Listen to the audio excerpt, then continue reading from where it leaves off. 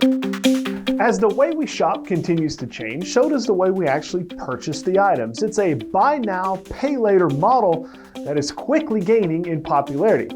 That being said, here are a couple things to be aware of before you start paying in installments.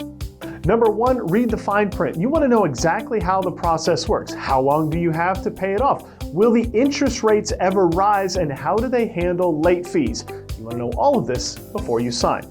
Number two, stick to your budget. You may not be paying anything right now, but you will eventually. Make sure the payments are something that you can afford, even if they are down the line. Number three, compare a full payment to an installment payment. Even if you pay on installments, make sure you end up not paying more than what the price is actually worth. You'll need to know what the interest rates are and the time frame for payments.